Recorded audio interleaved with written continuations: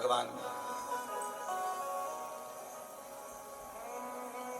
देवादिदेव महादेव से जब प्रतिदिन हम भगवान शिव के मंदिर में जाकर एक लोटा जल समर्पित करें, हो सकता है कि दिन बुरे हो सकते हैं, थोड़ा समय बुरा हो सकता है, पर जिंदगी कभी बुरी नहीं होती, क्योंकि वो जिंदगी परमात्मा की दी है। दिन बुरा हो सकता है, 2-4-8 दिन से हो सकता है, कोई कहे कि हमारा ये तकलीफ है, कोई कहे 6 महीने से, 15 दिन से, 20 दिन से, ऐसा है वैसा है। दिन बुरा हो सकता है, थोड़ा समय भी बुरा हो सकता है, पर जिंदगी कभी बुरी नहीं होती। उसने आपको और हमको यदि पृथ्वी पर भेजा है तो कुछ सोच समझ कर ही भेजा हो। माँ के गर्भ से बच्चा जन्म लेता है, जब माता पिता दोनों विचार करते हैं कि अपने घर में संतान होना चाहिए, औलाद होना चाहिए, ये विचार कब आता है? जब वो दोनों अपनी बुद्धि से ये सोच लेते हैं कि हाँ, अपने पास में इतना आवक है, अपने बच्चों को अपन पाल ले, अपने पास में इतना घर है, परिवार है, मम्मी पापा हैं, सब लोग मिलकर बच्चे की परवरिश कर ले। माँ को लगने लगता है कि मैं इस बच्चे को संभाल सकती हूँ, तब वो संतान को जन्म देने के लिए तैयार है। अर्थात पहले माता पिता ने विचार कर लिया कि हम औलाद को जन्म देंगे, वो औलाद को संभाल पाएंगे कि नहीं संभाल पाएंगे। जिस औलाद को हम ला रहे हैं उसको हमें एजुकेशन भी देना पड़ेगा, चिकित्सा भी देना पड़ेगा, पढ़ेगा लिखेगा, कॉलेज जाएगा, आने वाले समय में गाड़ी भी देना पड़ेगी, मोबाइल भी देना पड़ेगा, घर भी देना पड़ेगा, उसकी शादी भी करना पड़ेगी और उसका व्यापार भी खुलाना पड़ेगा। हर माँ बाप ये सोच लेते हैं, बच्चे को जन्म दिया है तो उसके लिए सोचा है। अब जैसे माता पिता अपने बच्चे के लिए सोचते हैं कि इसको जन्म दिया है तो इसके लिए सब व्यवस्था करना पड़ेगी, उसी तरह जब हम पृथ्वी पर आते हैं, हमारा जन्म होता है, हम माँ के गर्भ में नहीं आते, उससे पहले परमात्मा भेजने से पहले हमारी पूरी व्यवस्था पृथ्वी पर करा देता है कि इसको मृत्यु लोक में भेजा है तो व्यवस्था करना है। अब उसमें दिन थोड़े से बेकार हो सकते हैं कि कभी कभी ऐसा हो जाता है कि 2-4 महीने से, 4 साल से, 3 साल से, 6 साल से हमारे अच्छे दिन नहीं चल रहे, कोई कहता है 2 महीने से अच्छे दिन बेकार हो सकते हैं। कुछ घंटे, कुछ समय बेकार हो सकते हैं, पर शिव महापुराण की कथा कहती है जिंदगी कभी बेकार नहीं। बड़ी मुश्किल से तुम मिली है और परमात्मा ने जो जिंदगी दी है वो कभी बेकार नहीं है। दिन निकल जाएंगे, समय निकल जाएगा, अगर अच्छी जिंदगी परमात्मा ने दी है और तुमने लगन से मेहनत और कर्म करा है तो फिर अच्छा समय आएगा और अच्छी जिंदगी के आनंद में फिर अच्छे दिन हमारे सामने प्रस्तुत। आप कभी इस जिंदगी से हताश मत हो। आप कभी यह मत सोचिए कि हमारी जिंदगी बेकार, ना ना ना, बहुत अच्छी। और तेरा ही दिया मैंने खाया पिया, तेरा शुक्रिया, तेरा शुक्रिया, मुझे भोले बाबा ने बहुत दे दिया है, मुझे भोले बाबा ने बहुत दे दिया है,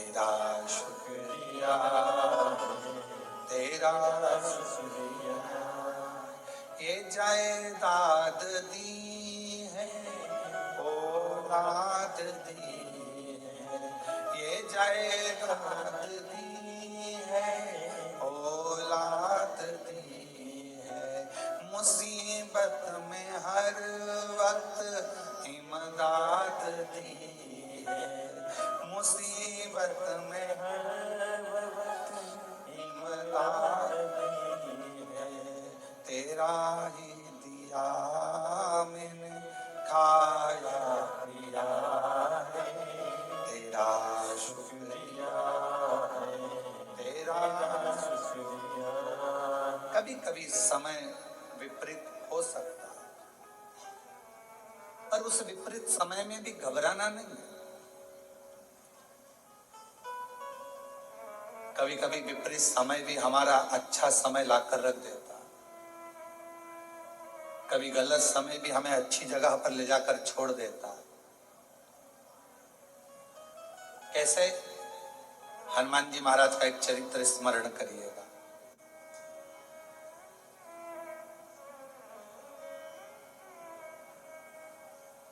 श्री हनुमान जी महाराज ने एक लीला रची और उस लीला में उन्होंने सूर्य को निगलने का भी प्रयास किया और निगल गया। बहुत सारा श्री हनुमान जी महाराज ने लीलाओं को रचा और एक बार ऐसा हुआ कि श्री हनुमान जी महाराज जब मूर्छा खाकर भूमि पर आए सूर्य के निगलने पर,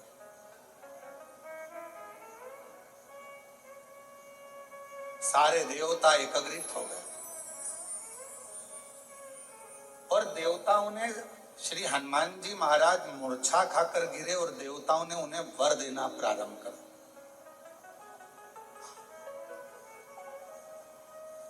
कभी कभी विपरीत परिस्थिति हमारी अच्छे समय को लाकर खड़ा कर देती। अच्छे समय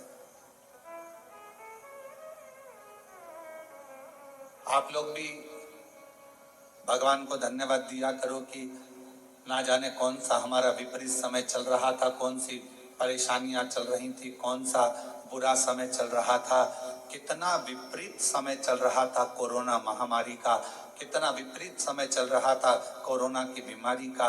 लोग मर रहे थे, प्राण छूट रहे थे, जगह जगह हाहाकार मचा हुआ था।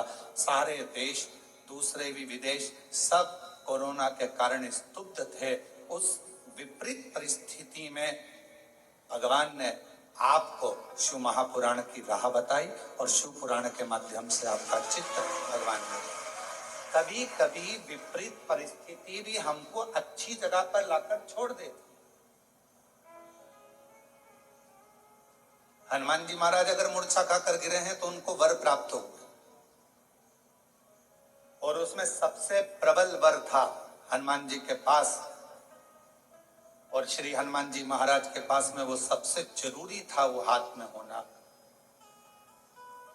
बहुत, और वो थी श्री हनुमान जी महाराज के हाथ में गदा। हनुमान जी के हाथ में जो गदा थी, जो सोटा था, वो मूल था। किसने दिया था? सारे देवता वर दे रहे थे, सब देवता। भगवान शंकर भी आकर खड़े हुए थे। भगवान शिव का ही तो अंश श्री हनुमान जी महाराज। शंकर सुमन कैसे? हनुमान जी महाराज शिव का ही तो एक अंश है, पर सब हनुमान जी को दे रहे थे और शंकर भगवान आकर खड़े हो गए कुबेर जी के पास, और कुबेर महाराज के पास में आकर श्री हनुमान जी महाराज को सब वर दे रहे थे। कुबेर जी महाराज भी वर देने के लिए तैयार थे कि मैं तुमको कुबेर का भंडार देता हूँ, शंकर जी का दिया हुआ ही मैं तुम्हें प्रदान करता हूँ। पर भगवान शंकर पास में खड़े होकर तुरंत कुबेर जी महाराज से बोले, आप हनुमान जी को वर मत दीजिए, आप हनुमान जी महाराज को अपनी गदा दीजिए, अपना सोटा दीजिए।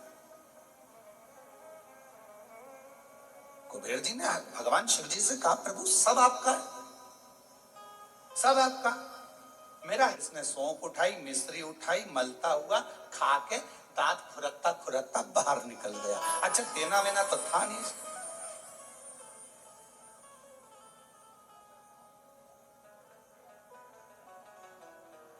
क्यों रे आशीष, सही है? अब इसको देना वेना तो है नहीं, अब तो सौंफ और मिश्री खा के दांत खुरकता खुरकता। दो तरह के दोस्त हैं, एक खाते खाते टेबल पर से उठा जाकर पैसे कटवा दिए, और दूसरा वो अरे रुक तो सही, अरे इतना देने वाला होता तो पहले ही चले जाता, और वहां जाकर काउंटर में नाटक कर रहा है, मैं दे दूंगा मैं दे दूंगा मैं दे दूंगा। बहुत मुश्किल है ये कहना मैं बैठा तो हूँ, क्यों चिंता करते हो? कई कई बार भंडारे होते हैं, बड़े बड़े आयोजन होते हैं, तो उसमें पीछे से कोई कोई व्यक्ति बहुत चतुर होता है तो कह देता चिंता मत करो, तुम तो बहुत अच्छे से करो, बाद में मैं निपट लूंगा, मैं सब व्यवस्था कर दूंगा, सब व्यवस्था। क्योंकि उसको मालूम है कि भगवान का कोई भी कार्यक्रम छोटा मोटा होता ही नहीं है, और तुझसे क्या मांगेंगे, भगवान ही इतनी पूर्ति कर देता है कि तुझसे मांगने की जरूरत ही नहीं पड़ती है। दो मित्र हैं, एक जेब में हाथ डालता है पर देता नहीं है, और दूसरा वो है जो तुरंत निकाल कर दे देता है। तो मेरे शंकर भगवान वो मित्र हैं जो एक सेकंड की देरी नहीं लगाते। तुम शंकर जी के मंदिर पर जाने से पहले अपने घर का दरवाजा छोड़कर लोटा लेकर जब तुम अपने घर में पानी का लोटा उठाते हो, भरते हो, बाहर निकलते हो, तुम्हें लगता है कि तुम शंकर जी के मंदिर में शंकर जी को जल चढ़ा रहे हो, उस समय पर शंकर भगवान तुम्हारे घर में आ जाते हैं तुम्हारा भंडार भरने। शिव जी जेब में हाथ नहीं डालते, शंकर भगवान तो उठाया और दे।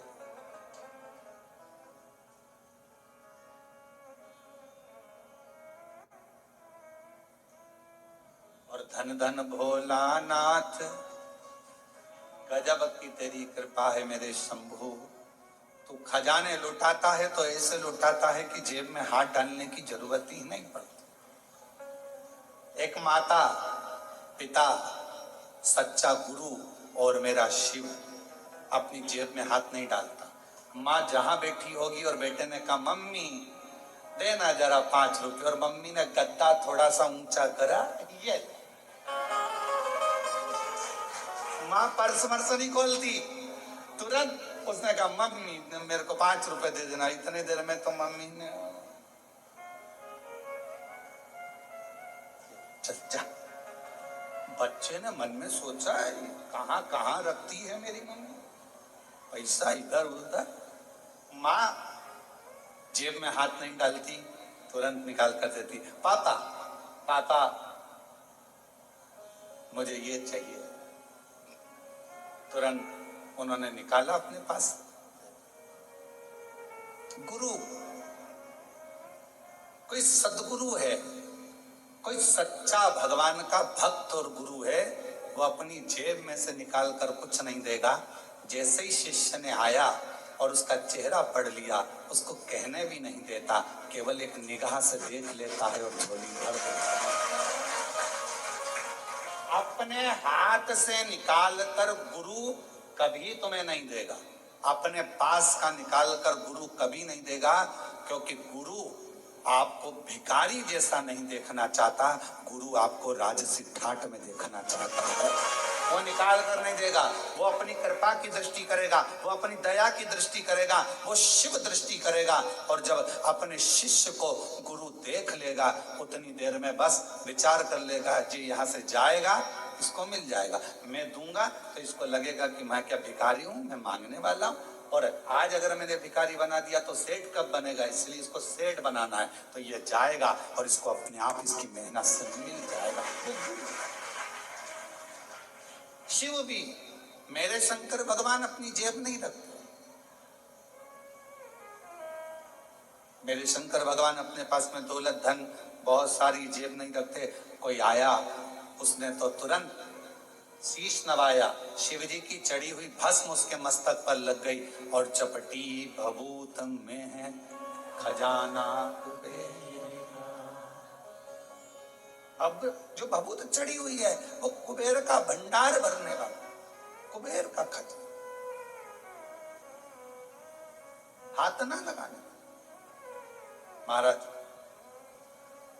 शिव कथा कह रही है, भगवान शंकर का चरित्र कह रहा है। भगवान शिव जी मेरे ओघड़दानी कुबेर जी के पास जाकर खड़े हो गए और कुबेर जी से कहा, देव वरदान मत दो, वरदान मत दीजिए। तो क्या देना है? शंकर भगवान ने कहा, तुम्हारे पास में जो कुमोद की गदा रखी हुई है, जो तुम्हारे पास में कुमोद की रखी हुई है, जो गदा रखी हुई है, वो गदा तुम हनुमान जी को दीजिए। हनुमान जी की गदा का नाम क्या था? जम के बोलो, कुमोद की। सब लोग बोलो साथ में, कुमोद की। आखिरी में का शब्द पर ई की मात्रा, कुमोद की। ये श्री हनुमान जी की गदा का नाम है, जो स्वयं भगवान विष्णु का ही एक स्वरूप है, भगवान नारायण का ही एक स्वरूप, कुमोद की। और कुबेर जी देव कुमोद की। कुबेर जी कहने लगे, प्रभु ये जितने देवताओं ने वर हनुमान जी को दिया है ना प्रभु, जितने देवताओं ने वर हनुमान जी को दिया है, वो सारा वर एक तरफ है, और शंकर भगवान आपकी दी हुई मुझको ये गदा एक तरफ है। अगर मैं ये गदा हनुमान जी को दे दूंगा तो हनुमान जी तो अति बलशाली हो जाए, अति बलशाली। बस अभी तो आप कह रहे थे कि ये सब कुछ आपका है, आपको देना चाहिए। तब श्री कुबेर जी महाराज ने भगवान शंकर के कहने पर शिव जी की दी हुई कुमोद की गदा श्री हनुमान जी महाराज को दे दी। हनुमान जी महाराज ने जैसे गदा लिया, भगवान विष्णु और ब्रह्मा जी ने कहा, अब तुम्हें डरने का बात नहीं, अब शंकर का अंश तो तुम हो ही, साथ में इस गदा के रूप में 33 कोटि देवताओं के पास जो बल है, उससे 1000 गुना ज्यादा बल इस गदा के अंदर तुम्हारे पास में आ गया। 1000 गुना मांगा नहीं है। मेरे ओगरदानी ने, मेरे शंभू ने, मेरे शंकर भगवान ने किसी से मांगा नहीं। मेरे शंकर भगवान ने, हनुमान जी ने भी किसी से मांगा नहीं। बस उनको वर की वर प्राप्त हो गया। तेरे मंदिर में आना मेरा काम है और मेरी बिगड़ी बनाना तेरा। और शंभू शरणे मांगू दुख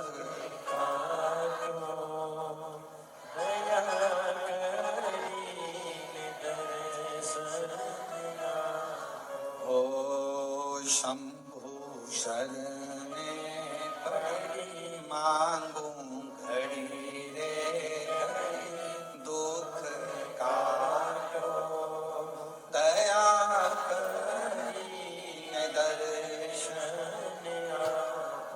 शिव जी के दरवाजे पर जब हमें अभी आप लोग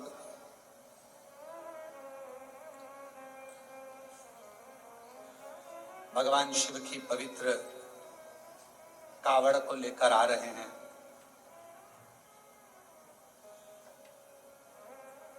और भगवान शंकर की पवित्र कावड़ का लाभ ले रहे हैं। शिव जी को जल चढ़ा रहे हैं, भगवान शंकर को जल समर्पित। क्या है इसमें? 2 लोटा जल, एक बांबू डंडा सुंदर वस्त्र से लपटा हुआ,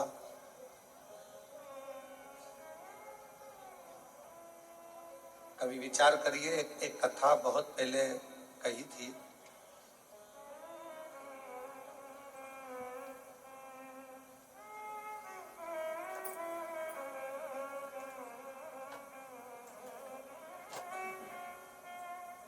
एक बात बहुत पहले का स्मरण है कि छत्तीसगढ़ में इस कथा का वाचन करा था रेवा सुतार। क्या नाम है उसका? रेवा सुतार। क्या करता था? लकड़ी का काम।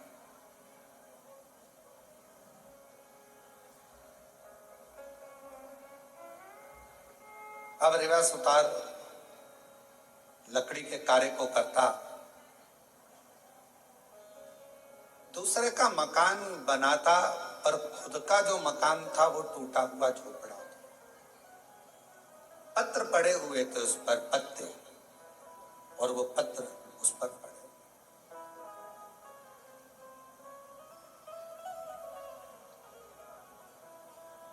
रेवा बड़े आनंद में अपनी भक्ति में रहता, खूब मेहनत करता, खूब चाकरी करता, खूब मेहनत करता, खूब चाकरी।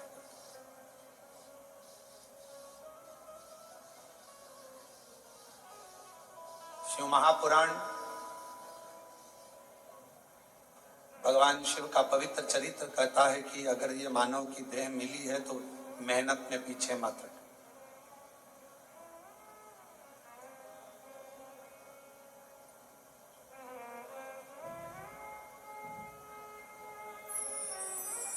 यदि मानव का शरीर मिला है तो मेहनत में पीछे क्यों हटना?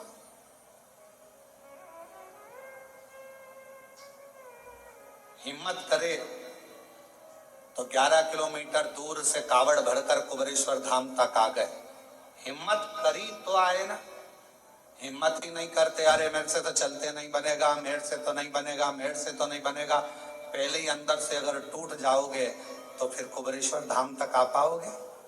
जम के बोलो जरा, नहीं ना। हिम्मत करी, चलते जाओ। बोल बम, बोल बम, बोल बम, बोल बम, बोल बम, बोल बम, बोल बम। और चलते चलते चलते चलते चलते चलते चलते आधे रास्ते पहुंच गए। आधे रास्ते पहुंचने के बाद भी मन में ऐसा आ रहा है आगे चलूं कि ना चलूं। अब फिर मन में आया 2 किलोमीटर और बचा है, थोड़ा सा हिम्मत और करती और बोल बम, बोल बम, बोल बम, बोल बम। और चलते चलते चलते चलते आखिरी में कुबरेश्वर बाबा के धाम में बाबा ने बोला हिम्मत करिए। अब जरा विचार करिए कि तुम्हारे हिम्मत करने से, मन को मजबूत करने से और अपने विश्वास को पक्का करने से जब तुम कुबरेश्वर बाबा के धाम तक आ सकते हो तो तुम्हारी मेहनत से, तुम्हारे परिश्रम से, तुम्हारे अच्छे कर्म से तुम जो चाहते हो जिंदगी में वो लक्ष्य तक पहुंच भी सकते हो। अपना लक्ष्य कौन चढ़ाता है? महापुराण की कथा में रेवा सुतार की कथा कहती है कि कावड़ यात्रा में पांव नहीं चलते, कावड़ यात्रा में कदम नहीं चलते। याद रखना, कोई तुमसे कहे कि पांव से चलकर गया, कदम से चलकर गया, शिव महापुराण की कथा कहती है कावड़ यात्रा में भगवान शंकर का 2 लोटा जल ले जाने में कभी भी कदम नहीं चलते, पांव नहीं चलते। तो क्या चलता है? शिव महापुराण की कथा कहती है आपका विश्वास और भरोसा चलता है, आपका विश्वास चलता। मैं जाऊंगी मेरे भोले बाबा के पास में और उनसे जाकर अपने दिल का भाव कहूंगी, मेरा बाबा स्वीकार कर, मेरा बाबा स्वीकार। पांव नहीं चल रहे हैं, कदम नहीं चल रहा है, चल रहा है आपका विश्वास, चल रहा है आपकी दृढ़ता, चल रही है आपका भरोसा।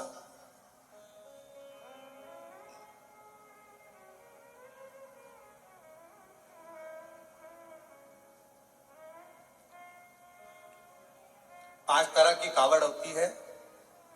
5 तरह की कावड़ में पहली कावड़ होती है एक सामान्यता में, आनंद में, अलमस्त, कंधा पर कावड़ का जल लिया 2 लोटा, भगवान का भजन करते करते आराम से चल रहे हो, जल आराम से कहीं डाली पर, कोई ऊंचे स्थान पर कहीं रखकर विश्राम भी कर लिया, रास्ते में कुछ खा भी लिया, पानी भी पिया, अलमस्त होकर चलते चलते शिव नाम लेते लेते बोल बम, बोल बम, बोल बम। सामान्य कावड़। एक कावड़ होती है दंडवत कावड़। 12 से 15 कदम चले हो, 15 कदम के बाद में कावड़ का जल एक छोटी सी बोतल में होता है जो अपने कंधे पर, यहाँ पीठ पर रखा होता है। सामने से दंडवत करी, फिर आगे बढ़ते चले जाओ। फिर 12, 15, 20 कदम चलने के बाद फिर एक दंडवत करी, 20 कदम चलने के बाद फिर एक दंडवत करी जाती है, प्रणाम किया जाता है। दंडवत का एक होती है डाक कावड़। डाक कावड़ का मतलब क्या होता है? 24 घंटा जैसे हमारे यहाँ रामचरितमानस के लिए वर्णन किया जाता है, अखंड रामायण बैठी। अखंड रामायण जानते हो ना सब लोग? अखंड रामायण का मतलब होता है दोपहर में 12 बजे चालू हुई है तो दोपहर में 12 बजे के पहले उसका विराम, 12 बजे तक उसका विराम होना चाहिए, 24 घंटे के अंदर वो विराम। डाक कावड़ का मतलब यही होता है। इस कावड़ को जहां से भरा जाता है वहां से लेकर 24 घंटे के अंदर जहां जाना है मंजिल पर, जिस मंदिर तक, जिस देवालय तक, शिवालय तक जाना है, 24 घंटे के अंदर वो पहुंचना चाहिए। चाहे तुम दौड़कर जाओ, भागकर जाओ, लेकर जाओ, और 24 घंटे के अंदर वो पहुंचती है। और एक होती है खड़ी कावड़। खड़ी कावड़ किसको कहते हैं? खड़ी कावड़ में तुम मंदिर, तुमने जल लिया गंगा जी का तो आपने जल लिया मां सीवन का, आपने जल लिया मां सरयू जी का, मंदाकिनी का, यमुना जी का, छिपरा जी का, नर्मदा जी का। खड़ी कावड़ में कहीं रुकना नहीं है, चलते जाना है। कावड़ कंधे से नीचे उतरना नहीं है। वो कावड़ फिर इस कंधे से इस कंधे पर नहीं आती, एक ही कंधे पर चलती है। चाहे तुम जिस भाव से, फिर वहां बैठा नहीं जाता, चलते जाओ, चलते जाओ, चल। फिर एक कावड़ आती है भगवान की अलख कावड़। अलख कावड़ किसको कहते हैं? जिसमें भगवान के मंत्र का उच्चारण, जहां से जल भरा जाता है वहीं से मंत्र का उच्चारण चालू हो जाता है, बोल बम बोल बम बोल बम बोल बम। अब कोई तुमसे बात भी करेगा तो उसमें बोल बम निकलना चाहिए, उसमें हर हर महादेव निकलना चाहिए, श्री शिवाय नमस्तुभ्यम निकलना चाहिए, ओम नमः शिवाय। जो मंत्र तुमने उठाया है वो मंत्र तुम्हारे मुख से निरंतर चलना चाहिए। तो कई माताएं उसको बोलती हैं, आगे बोलो बोल बम, पीछे वाले बोल बम, खाने वाले, पीने वाले, चलने वाले, आने वाले, सोने वाले, आते बोले, जाते बोले। तो ये इसमें मंत्र का उच्चारण जहां से कावड़ उठती है, अलख कावड़ में केवल अलख जगाई जाती। जल लिया, चलते गए, भोजन करने भी बैठे हो, कोई से बात भी करोगे तो बोल बम उसमें निकलते रहना चाहिए, निरंतर जप चलना चाहिए, निरंतर। अब रेवा सुतार की कथा कहती है। एक रेवा सुतार लोगों के घरों में काम करता, कभी कुर्सी बनाता, कभी कुछ बनाता, कभी कुछ बनाता, कभी चौकी, कभी चौरंग, कभी पलंग, कभी खटिया, कभी कुछ बनाता रहता। परिस्थिति का ठीक नहीं था, उसके पास में इतना धन नहीं था, इतना वैभव नहीं था उसके पास, इतना।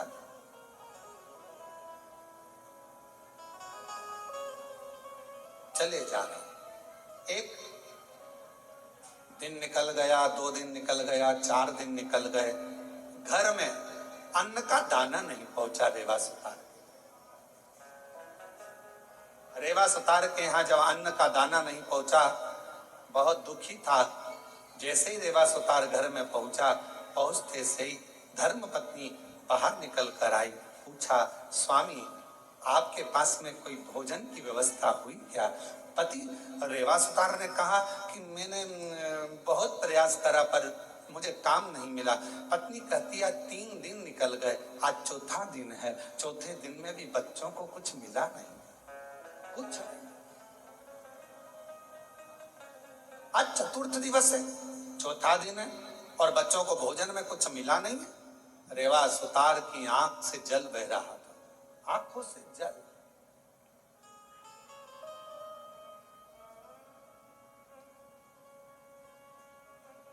शिक्षा, भोजन, वस्त्र, चिकित्सा देना पिता का कार्य। क्या क्या चीज, जम के बोलो जरा। शिक्षा, चिकित्सा, भोजन, वस्त्र, बच्चों को देना ये पिता का कार्य है। फिर माँ का काम क्या है? तो कहा माता का कार्य है अपने बच्चे को अच्छा संस्कार देना और परमात्मा की शरणागति करना। माँ का कार्य है बच्चों को संस्कार प्रदान करना। शिक्षा कहीं पर भी मिल सकती है, अच्छी अच्छी एजुकेशन मिल रही है, अच्छी अच्छी कोचिंग मिल रही है, अच्छा अच्छा स्कूल है, अच्छा अच्छा ट्यूशन है, शिक्षा कहीं पर भी मिल सकती है, पर संस्कार हर कहीं पर नहीं मिल सकते। संस्कार तो आपको अपने घर में ही प्राप्त होगा। हमारे घर का जो संस्कार होगा वो हमारे सामने झलकेगा। हमारे घर में कैसा रहने का तरीका है, हमारे घर में बोलने का तरीका कैसा है, हमारे घर में कौन अपशब्द कह रहा है, वैसा तरीका घर के बच्चे सीखे। शिक्षा कहीं पर भी मिल सकती है, पर संस्कार तो केवल हमारे घर के अंदर ही प्राप्त हो सकता। घर के अब रेवा सुतार की पत्नी ने कहा कि बच्चे 3 दिन के भूखे हैं, तो भोजन नहीं मिल पा रहा है, आप कृपा करिए। इतने में तुरंत धर्म पत्नी ने जैसे ही सुना, पत्नी ने कहा, पति की आंख से आंसू बहने लगे, मेरे बच्चे भूखे हैं, मैं वापिस जाता हूँ। रेवा सुतार फिर निकल गया और जैसे ही रेवा सुतार जा रहा था, जाते जाते रेवा सुतार पहुंचते पहुंचते कहीं से आवाज लग जाए, कहीं से कोई बोल दे, हमारे घर का ये काम है सुतार, तुम कर दोगे, थोड़ा सा हम तुम्हें भाग दे देंगे। कोई की आवाज नहीं आई, कोई की आवाज, कोई नहीं। तब श्रावण का महीना था, शिव भक्त कावड़ लेकर जा रहे थे। कावड़ उठाने वाले भक्त का जो बांबू था, डंडा था, कावड़ के वजन से वो बीच में से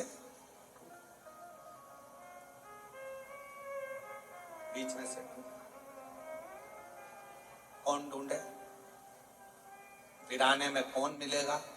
साथ वालों ने कहा कि अपन देख कर आते हैं, कोई तो मिलेगा। वहीं से सुतार आवाज लगाते हुए जा रहा था, किसी के घर में अगर लकड़ी का काम कराना हो तो मैं हूं, अगर किसी के घर में लकड़ी का काम कराना हो तो मैं हूं, मैं सुतार, मैं रेवा सुतार, अगर कोई काम हो तो जरूर बोलिए। इतने में उस कावड़ उठाने वाले के कानों में शब्द गया, उसने हाथ जोड़कर कहा सुतार जी से, भैया हमारा डंडा टूट गया है। सुतार जी बोले, मैं लेकर आता हूँ लकड़ी, तो मैं दूसरा डंडा बना देता हूँ। अब रेवा सुतार दौड़ कर गया, लकड़ी काट कर लाया, डंडा निर्माण करा और उस डंडे पर कलश बांध कर उस कावड़िया के हाथ में दे दिया। कावड़िया ने डंडा तो ले लिया, रेवा सुतार ने कहा, भैया मैंने तुम्हारा डंडा तैयार करा, तुमने कुछ मुझे दिया नहीं। इतने में कावड़िया ने कहा, भैया हमारे पास देने के लिए कुछ भी नहीं है, कुछ भी। हे भैया हमारे पास कुछ भी नहीं। भैया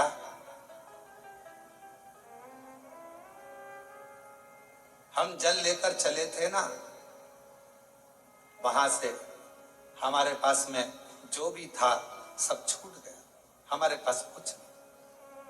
हे भैया, रेवा सुतार की आंख में से जल बहने लगा। अब भोजन भी नहीं, बच्चों को काम किया तो पैसा भी नहीं। रेवा सुतार ने मन में सोचा, इससे तो अच्छा है कि मैं भी इनके साथ कावड़ भरने चलो। घर जाऊंगा, पत्नी कहेगी बच्चे भूखे हैं, भोजन कहां से लाऊंगा, क्या करूंगा। पर अपनी पत्नी और बच्चों के पीठ दिखाकर भागना ये भी अच्छी बात नहीं। रेवा सुतार ने सोचा, एक काम करता हूं, अगली बार कावड़ भरने जाऊंगा, अभी तो मैं अपने घर जाता हूं। चलते चलते रेवा सुतार जब घर की ओर चले, चलते चलते जैसे ही कावड़िए की कावड़ का डंडा कलश भगवान देवाधिदेव महादेव के पास पहुंचा, जल समर्पित किया, समर्पित करते से ही देवाधिदेव महादेव ने सबसे ज्यादा सराहना उस रेवा सुतार की करी। उस रेवा गया, मेरे देवाधिदेव महादेव करुणा करने वाले,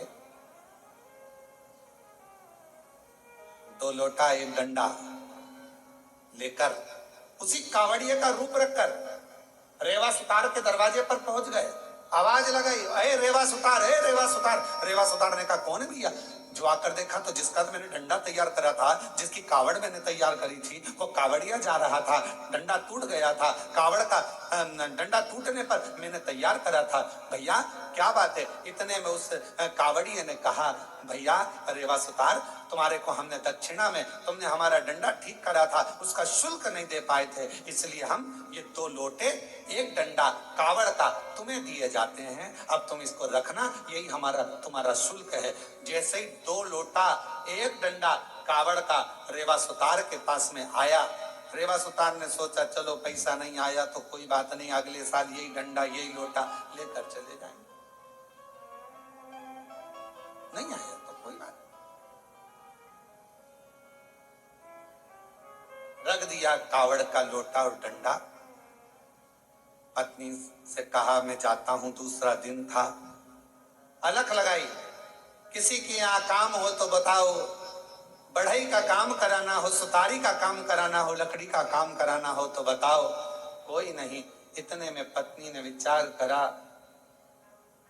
बच्चों को 5 दिन से खाना नहीं मिला, कोई भोजन व्यवस्था नहीं होती है, कुछ नहीं है, तो एक काम करती हूँ, ये दोनों लोटा जल का है, इन लोटे के जल को निकाल कर इसको अच्छा साफ कर कर इन्हीं लोटों को बेच देती हूँ और थोड़ा सा अन्न भाग ले आ। पत्नी ने जैसे ही लोटे के अंदर हाथ डालकर लोटे को राख से मांजने का प्रयास करा, राख लगते से ही लोटे के अंदर से खन्न आवाज है। जो खन्न आवाज आई, पत्नी ने सोचा ना जाने इसमें क्या भरा है। जो पत्नी ने उल्टा करा, उसमें से एक सोने की गिन्नी सिक्का निकल कर सामने, एक सिक्का।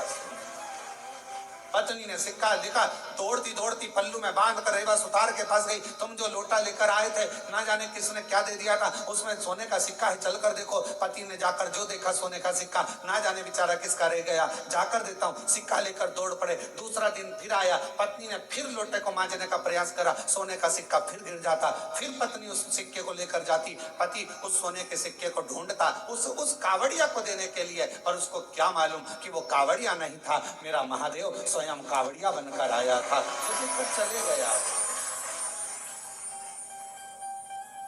दुनिया के लोगों को ये ना लगे कि कावड़िया जाते हैं हम सेवा करते हैं, कावड़िया जाते हैं हम पानी पिलाते हैं, कावड़िया जाते हैं हम खाना खिलाते हैं, कावड़िया जाते हैं हम उनकी सेवा संभाल करते हैं। नाना, शिव महापुराण की कथा कहती है, जो शंकर का नाम लेकर बोल बम बोलकर जो जल भरकर चलता है, वो अकेला नहीं रहता, उसकी सेवा करने के लिए मेरा महादेव खुद चलता है, खुद चलता है। रेवा सुतार धनपति, वैभवपति, सत्तापति, करोड़पति बन गया। कावड़ लेकर शिव के मंदिर जाता रहा, हर वर्ष जाता रहा, हर वर्ष। मेरी जीजियों, मेरे जीजाओं, बेटियों, बेटाओं, मेरी माताओं, मेरे भाई, कुबेरेश्वर बाबा की कावड़ भरना तो बाबा से ये मत कहना कि एक बार भरने आई हूं। बाबा इतना भंडार भरना, हर साल सावन के महीने में कुबेरेश्वर धाम आऊं और कावड़ भरकर, हर साल आऊं, हर वर्ष तेरे दरवाजे पर, ऐसी कृपा। और तेरा ही दिया मैंने खाया पिया, तेरा शुक्रिया, तेरा शुक्रिया, मुझे भोले बाबा ने बहुत दे दिया, तेरा शुक्रिया, तेरा शुक्रिया। अगर शिव कृपा करे तो बाबा से कहना, बाबा तू सेठ बनकर रहना और मैं तेरा चाकर बनकर, मैं तेरा चाकर। मेरे भोले तेरी नौकरी सबसे बढ़िया है, सबसे तेरे दरवाजे की चाकरी सबसे